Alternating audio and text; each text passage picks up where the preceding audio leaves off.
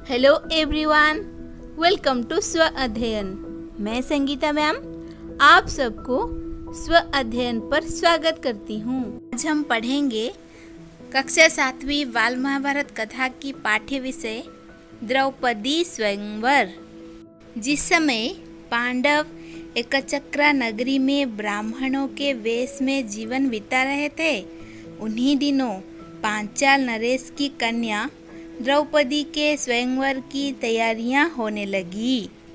एकचक्रा नगरी के ब्राह्मणों के झुंड पांचाल देश के लिए रवाना हुए। पांडव भी उनके साथ ही हो लिए। पांचों भाई माता कुंती के साथ किसी कुम्हार की झोंपड़ी में आ टिके। पांचाल देश में भी पांडव ब्राह्मण वेश ही धारण किए रहे। इस कारण कोई उनको पहचान न सका। स्वयंवर मंडप में एक बृहदाकार धनुष रखा हुआ था, जिसकी डोरी तारों की बनी हुई थी। ऊपर काफी ऊंचाई पर एक सोने की मछली टंगी हुई थी। उसके नीचे एक चमकदार यंत्र बड़े वेग से घूम रहा था। राजा द्रुपद ने घोषणा की थी कि जो राजकुमार पानी में प्रतिबिंब देखकर उस भारी धनुष से तीर चलाकर ऊपर टंगे हुए निशाने मछली के निशान को गिरा देगा, उसी को द्रौपदी वरमाला पहनाएगी।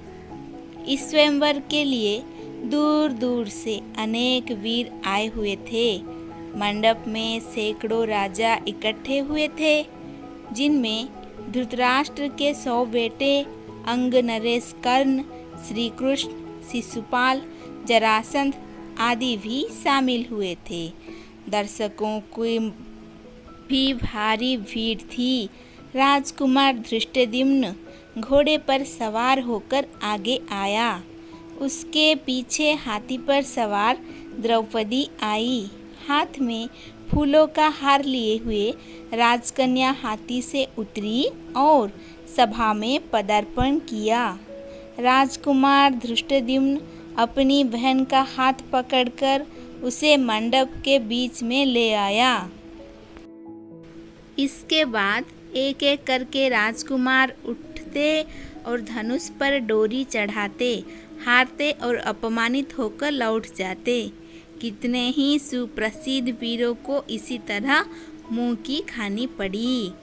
शिशुपाल, जरासंध, शल्य व दुर्योधन जैसे पराक्रमी राजकुमार तक असफल हो गए। जब कर्ण की बारी आई तो सभा में एक लहर सी दौड़ गई। सबने सोचा अंग, नरेश जरूर सफल हो जाएंगे।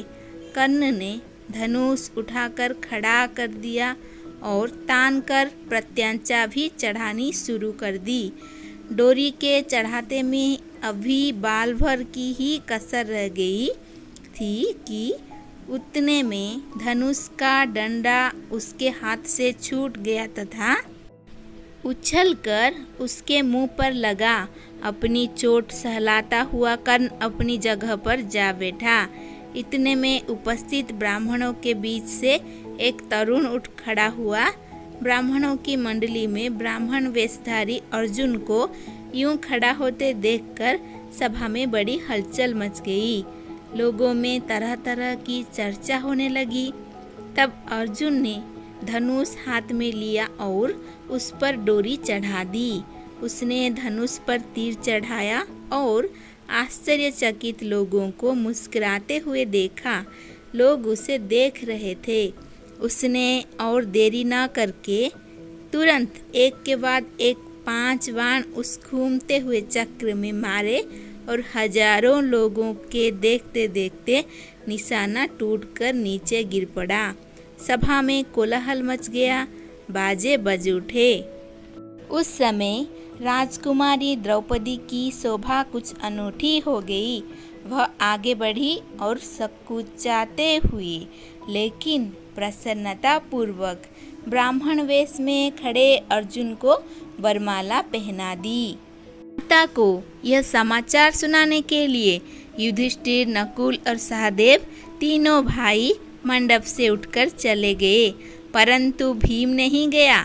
उसे भय था कि निराश राजकुमार कहीं अर्जुन को कुछ कर न बैठे। भीमसेन का अनुमान ठीक ही निकला। राजकुमारों में बड़ी हलचल मच गई। उन्होंने शोर मचाया। राजकुमारों का जोश बढ़ता गया। ऐसा प्रतीत हुआ कि भारी विप्लव मच जाएगा। यह हाल देखकर श्री कृष्ण, बलराम और कुछ राजा विप्लव मचाने वाले राजकुमारों को समझाने लगे। वे समझाते रहे और इसी बीच भीम और अर्जुन द्रौपदी को साथ लेकर कुम्हार की कुटिया की ओर चल दिए। जब भीम और अर्जुन द्रौपदी को साथ लेकर सभा से जाने लगे तो द्रुपद का पुत्र धृष्टद्युम्न चुपके से उनके पीछे हो लिया। कुम्हार की कुटिया में उसने जो देखा उससे उसके आश्चर्य की सीमा न रही। वह तुरंत लौट आया और अपने पिता से बोला, पिताजी, मुझे तो ऐसा लगता है कि ये लोग कहीं पांडव न हो। बहन द्रौपदी उस युवक की मृगछाला पकड़े जब जाने लगी तो मैं भी उनके पीछे हो लिया। वे एक कुम्हार की झोपड़ी में जा पहुँचे। वहाँ अग्नि शिखा की भांति एक तेजस्वी देवी बैठी हुई थी। वहाँ जो बातें हुई उनसे मुझे विश्वास हो गया कि वह कुंती देवी ही होनी चाहिए। तब राजा द्रुपद के बुलावा भेजने पर पांचों भाई माता कुंती और द्रौपदी को साथ लेकर राजभवन पहुँचे। युधिष्ठिर ने राजा को अपना सही परिचय दे दिया। यह जानकर कि ये पांडव है, राजा द्रुपद फूले न समाये। उनकी इच्छा पूरी हुई। महाबली अर्जुन मेरी बेटी के पति हो गए हैं तो फिर द्रोणाचार्य की शत्रुता की मुझे चिंता नहीं रही। यह विचार कर उन्होंने संतोष की सांस ली। माँ की आज्ञा और सबकी सम्मति से द्रौपदी के साथ पांचों पांडवों का विवाह हो गया। इस पाठ में हमने द्रौपदी स्वयंवर बारे में पढ़ा। अगला पाठ है इंद्रप्रस्थ। इंद्रप्रस्थ के बारे में जानने के लिए हमारे साथ जुड़े रहिए। धन्यवाद।